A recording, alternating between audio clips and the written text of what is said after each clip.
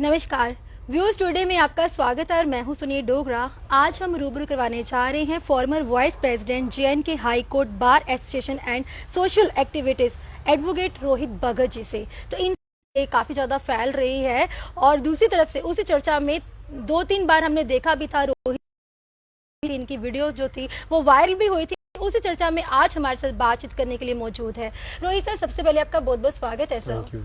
Sir सबसे पहले मैं आपसे ये जानना चाहूंगी, जिस तरह से और ये विषय मैंने इसलिए उठाया, वैसे तो वकील आज भी सड़कों पे हैं, आप देखें आज भी सड़कों के ऊपर प्रदर्शन जो है वो चल रहा है, लेकिन एक वकील होने के नाते हमारी और भी जिम्मेवारियां हैं, क्योंकि हम भी इस शहर के जो हैं मोदवार शहरी हैं और हमारे कुछ और दायित्व भी हैं जी। उसी के बीच इन्हीं सब चीज़ों की, इन्हीं जद्दोजहदों के बीच में चलते हुए एक ये बड़ा इम्पोर्टेंट टॉपिक है कि गौ माता जो है वो रोज़ मर रही है और एक वायरस की वजह से मर रही है जी। मैं कल द हिंदू एक बहुत ही सर्कुलेटिंग नेशनल न्यूज़पेपर है और उसमें कल उसमें न्यूज़ पढ़ी मैंने कि पिछले कई महीनों से जो है ये वायरस जो है ये अपनी चपेट जो है वो बनाए रखी है और इसमें तकरीबन 8 स्टेट्स जो हैं वो काफ़ी ज़्यादा तौर पे अफेक्टेड हैं, जिसमें पंजाब, हरियाणा, राजस्थान, जम्मू कश्मीर और झारखंड, रांची, ये स्टेट्स हैं जो इन्वॉल्व हैं, जिसमें गाय को एक बीमारी हो रही है, स्किन डिजीज़ हो रहा है, जिसमें उसको फीवर होता है और इसी तरीके के सिम्टम्स आते हैं और उसकी डेथ जो है वो, जबकि मोर्टेलिटी रेट जो है वो इतने हाई पे नहीं है। मगर मैं 2-4 दिन पहले अपने गांव गया था और मैंने जब वहां जाके देखा तो कम से कम 30-40 गायें जो हैं वो अपनी जान जो है वो दे चुकी हैं। और लोगों के साथ समस्या ये है कि हिंदू होने के नाते हम लोग गाय को जो है वो जलाते नहीं हैं और उसको माँ बोलते हैं, माँ का दर्जा है। तो मैंने कई लोगों को, कई सोशल एक्टिविस्ट को, कई फेसबुक पे यूज़र्स को उसको पूरी तरीके से जो है वो उनके लास्ट राइट्स जो है करते देखा, और जो कि होना भी चाहिए। मगर मुझे एक चीज़ के ऊपर जो है बड़ी हैरानगी हो रही है कि ये वायरस जो है जम्मू कश्मीर में दस्तक दे चुका है, कितने जानवर इससे जो है वो मर चुके हैं। और बात इसलिए मैं कर रहा हूँ कि इसमें एडमिनिस्ट्रेशन सामने आके कोई स्टेटमेंट नहीं दे रही है जी। आप देखिए हमारे डीसी की कोई स्टेटमेंट नहीं है, हमारे concern doctors, veterinary doctors in charge जो हैं उनकी कोई स्टेटमेंट नहीं है कि क्या इसका इलाज है, क्या हम लोग इस चीज़ के लिए, मेरी गांव में, देहातों में, आरएसपुरा में, कुछ ऐसे इलाकों में जहां पे मेरी जानकारी लोग रहते हैं, मैंने उनसे बात की और उन्होंने कहा कि ना के बराबर है, कुछ नहीं है, हम लोग अपने लेवल पे जो जितना हो सकता है डॉक्टर्स की फीस दे रहे हैं, खर्चा कर रहे हैं, मगर इस वायरस को ठीक करने के लिए एडमिनिस्ट्रेशन किसी तरीके से कोई काम नहीं कर रही है।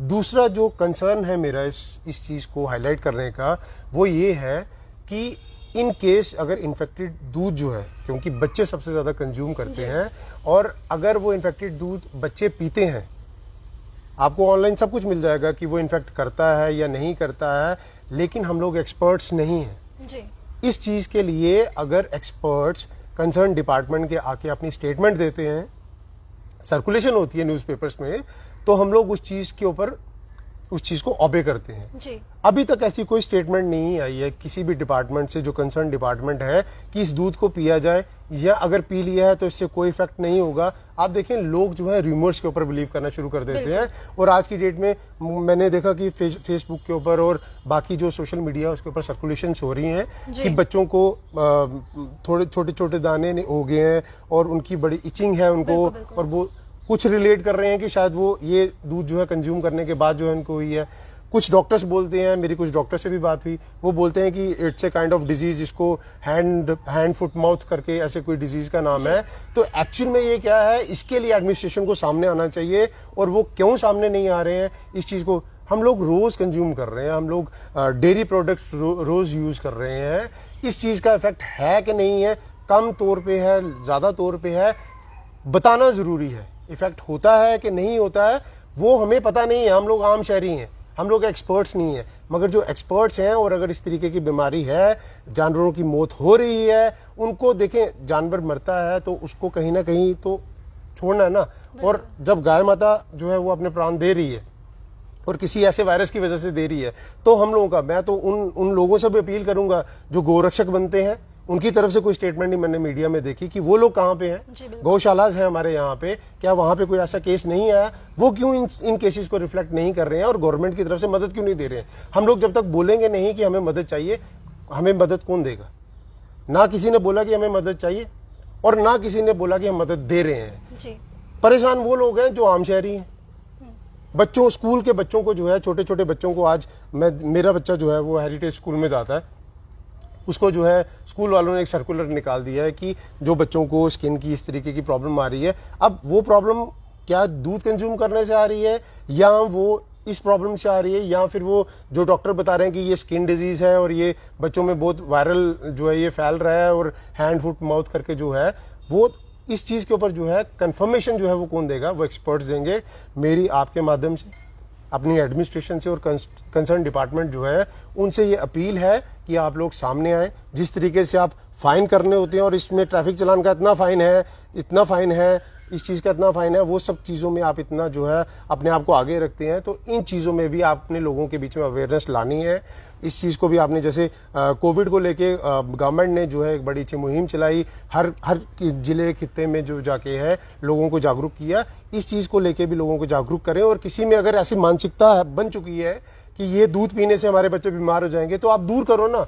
हमें प्रॉब्लम, एक तो ये प्रॉब्लम है जिसके बेचारे के जानवर मर रहे हैं, और लोगों को ये प्रॉब्लम है कि हम लोग क्या करें, दूध लें या नहीं लें। आप मैं खाली बात नहीं कर रहा हूं, आप शहर के लोगों से, शहर के नागरिक जिनको पता है कि ऐसा फ्लू आ गया है, ऐसा वायरस आ गया है, उन लोगों ने जो उनके घर में दूध देने आते थे उनसे दूध बंद करवा दिया है।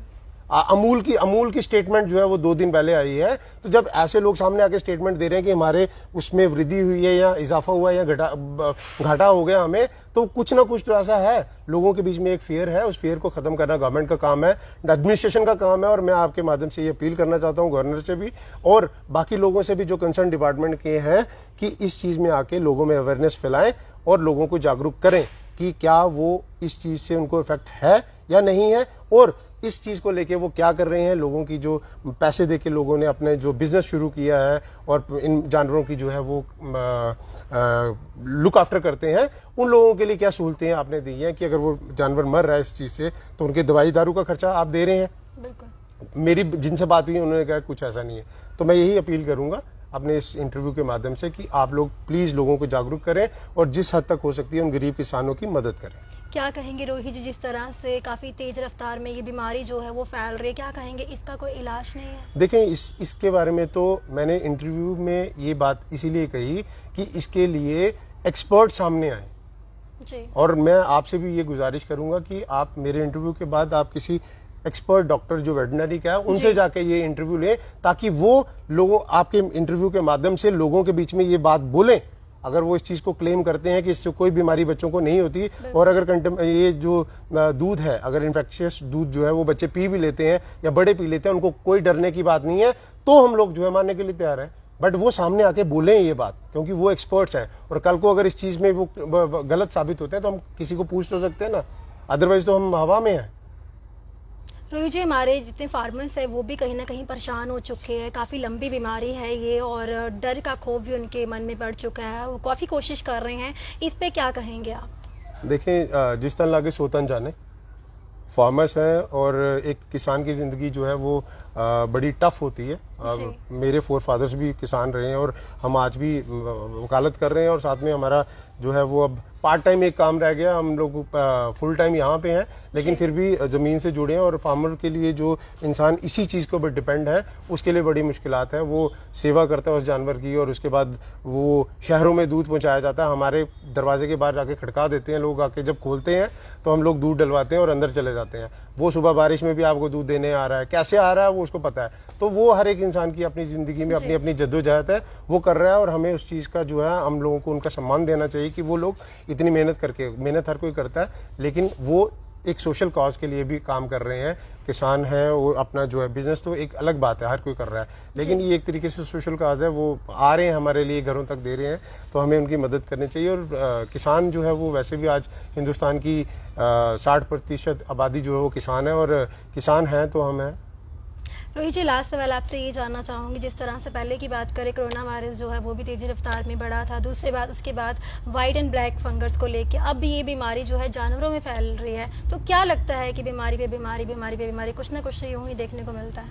देखें, ये तो कुदरत के जो है वो खेल हैं, और ये जो बीमारियां हैं ये कहीं ना कहीं हम लोगों की देन है। जो इकोलॉजिकल साइकिल है उसमें जब थोड़ा सा भी छेड़छाड़ होगी तो इस तरीके की बीमारियां जो हैं वो आएंगी। कोविड जो है वो भी कोई वैसा नहीं है, उसको बोला जाता है वो मैन मेड है, वायरस बनाया गया, बनाने के बाद जो है वो हुआ। और जहाँ पे प्रकृति के साथ हम छेड़छाड़ करेंगे वहाँ पे ऐसी चीज़ें हमें देखने को मिलेंगी। तो मेरा यही है कि पर्यावरण को और अपने आगे पीछे के जो माहौल है उसको हम अपने तरीके से अपनी जिम्मेवारी समझ के, हम ये ना बोलें कि ये एडमिनिस्ट्रेशन की, गवर्नमेंट की जिम्मेवारी है, कुछ जिम्मेवारियाँ हमारी भी हैं और हमें वो जिम्मेवारियाँ पूरे तरीके से निभानी चाहिए ताकि हम लोग एक अपने अच्छे शहरी होने का जो है वो प्रमाण दे सकें। चलिए, जो हमारे व्यूज टुडे के माध्यम से आपको देख रहे हैं, आप उनको पर्सनली क्या मैसेज देना चाहते हैं? मैं सभी से ये रिक्वेस्ट करूंगा कि हम लोग जो है इंसान हैं और इंसान होने के बाद शहरी हैं और अपने अपने शहर की जो है देख रेख करना हमारा भी कर्तव्य है, हमारे आस पड़ोस की देख रेख करना हमारा कर्तव्य है। तो हम लोग जो है वो इस चीज़ में जो है वो सुचारू रहें और हमेशा सतर्क भी रहें कि जहाँ पे ऐसी चीज़ें होती हैं हमें इन चीज़ों के ऊपर भी अवेयरनेस जो है अपने आगे पीछे जो है वो करनी पड़ती है और हमें कहीं ना कहीं सिस्टम को भी जगाना पड़ता है कि ये चीज़ें गलत हो रही हैं, इसको सही किया जाए। बहुत बहुत शुक्रिया हमारे साथ समय देने के लिए। जी। तो दर्शकों, जैसे कि आपने सुना और देखा कि हमारे साथ जुड़े थे रोहित भगत जी, इन्होंने क्या कहा वो आपने देखा। इसी साथ देखते रहेगा views today. Cameraman Bunty Digra के साथ सुनी डोगरा को दीजिए आज्ञा। नमस्कार।